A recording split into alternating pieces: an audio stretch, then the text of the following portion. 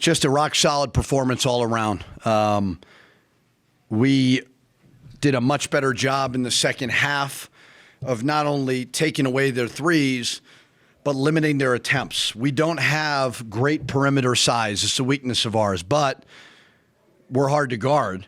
So we have to be scrappier when guys catch the ball. In the first half, they were just staring at us and shooting in our face. It wasn't like we weren't there. We just didn't have enough resistance when they caught the ball. We are playing terrific offensive basketball. We are efficient. We are unselfish. We are executing in the half court very, very well. So another balanced performance. Great to be 9-0. Awesome crowd today. Very appreciative. And now we obviously got a big one on Monday. So we got to get some rest, relax, and then watch a lot of film and put together a great game plan for San Francisco. So I know you do the one game at a time. I do. But San Francisco is a team that shoots even a higher volume of their threes, or of their shots or threes, than what UTSA does. So I'm curious how much of what we saw tonight in the second half and how you defended the threes is something maybe we will see come Monday night. Yeah, I haven't watched them, but I do know they shoot a lot of threes. There wasn't much more of an adjustment to just be quicker to the ball. So it'll be a good learning experience, obviously, if we see all the shots that they were hitting and then understand that we got to just be a little bit quicker to that, whether it's the right hand, jam in the right hand, scramble a bit more. Because we knew they'd shoot a lot of threes. I mean, I remember being asked a question about UTSA, and I thought they'd shoot a lot.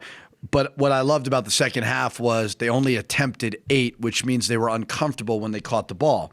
So that's the key. You got to take luck, whatever, out of the equation and just jam that right hand, jam that left hand, and trust the defense behind you.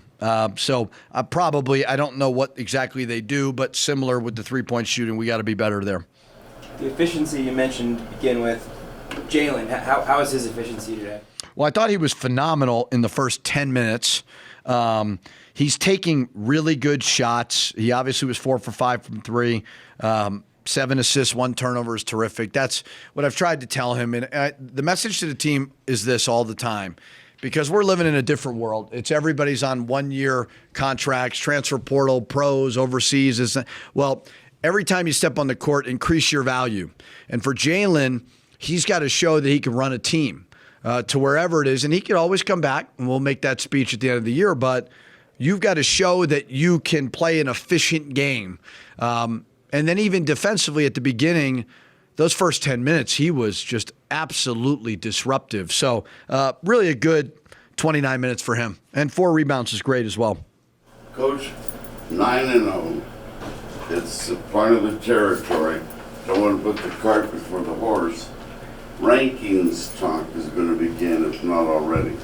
What's your philosophy, what's your feeling on rankings? Well, rankings are great for your fans. There's an engagement level when you have a number in front of your team name that certainly is important to your fan base. And in recruiting, it helps to get that exposure. But at the end of the day, if the goal is to win championships and the goal is to go to an NCAA tournament, an ESPN or an AP ranking has nothing to do with it. So it's great for fans to be potentially ranked. I don't think we'll be ranked, but to be potentially ranked this soon into a rebuild is certainly a testament to all the hard work that the staff and the players have done, but it's not the end game. Much more for us, it's about KenPom, it's about net, it's about all those other kind of nerdy things that we look at.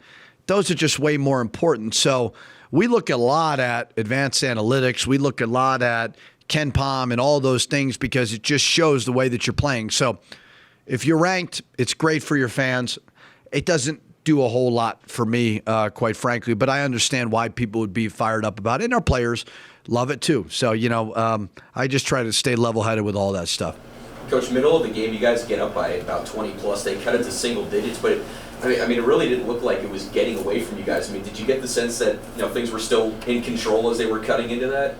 Yeah, I think they're a good team. Like I was talking to his coach, I know they like their team. They just kind of haven't gotten it going. I thought they'd be able to at some point But, you know, I mean, we were up, 21, and then they kind of cut it to 8 or 6 or whatever it was. But we got a pretty poised group, and our guys were able to weather the storm. I constantly tell them, stop looking at the score. The score should not impact the way that you play. That's really, really hard. If you can ever get to that, that's some Alabama football level stuff there. But I think our guys have been really, really good at staying under control. Donovan did get the technical. Didn't look like much from where I was, but did you ever expect Donovan to get a tech? He complains about the refs a decent amount. So, you know, I what he needs to understand is, I don't know what he said. It was a goaltend. So what? Like, all right, we're up 20 points. Big deal. You know, what he can't do is turn and run back and say something to the ref. Let me do that. So, learning experience for him. You know, I don't think it was anything over the top that he did, but there's a rule on our team. We don't talk to the refs. If you talk to the refs, if you get a technical, we give you a minus. You run it off the next day. So he got a -5, and he'll learn from it. Morris's final stat line, 24, 8 rebounds, but 9 fouls drawn. Like, he's been doing that pretty consistently. It wasn't just a few games. Like, he's doing that a lot. And he didn't do it at that rate at Wichita State. Is there something that you guys are doing differently that's kind of just pulling those fouls out? You know? I think it's more our guys are really mature about just get the ball inside, guys. It may be a little boring at times, but make them stop us first. Make them trap us. Make them do something else, and then we'll adjust as the game goes on. It's kind of like Wyoming was last year. And I think our guys have been very, very mature about getting the ball to him in the right spots. And, man, when you got a big that's hitting 10 or 13 from the foul line and he's drawing fouls like that, it's hard to stop. Coach Matt, when Mashbury comes out with the second foul, I mean, was the thought at the time to keep him out for the half, and then just your thoughts about how he responded in the second half? I told him when he got in foul trouble, I said, "You're not done for the half," and he said, "I know." And I said, "How the hell do you know?" And he goes, "I know you." And I'm not big on now if the game is. It just depends on the game, but I'm not an automatic, bench you if you have 2 fouls type of guy. It just depends on the player, depends on the trust defensively. And he's been pretty solid defensively. So, I think you just kind of read it as the game goes on. But I thought he's underrated becoming a phenomenal defender. Anything else for Coach? Will we visit before Iona? Oh, yes, on Thursday. Yeah. Did you know my dad coaches Iona? What? Yes. Yeah. Good storyline. All right. Thank you.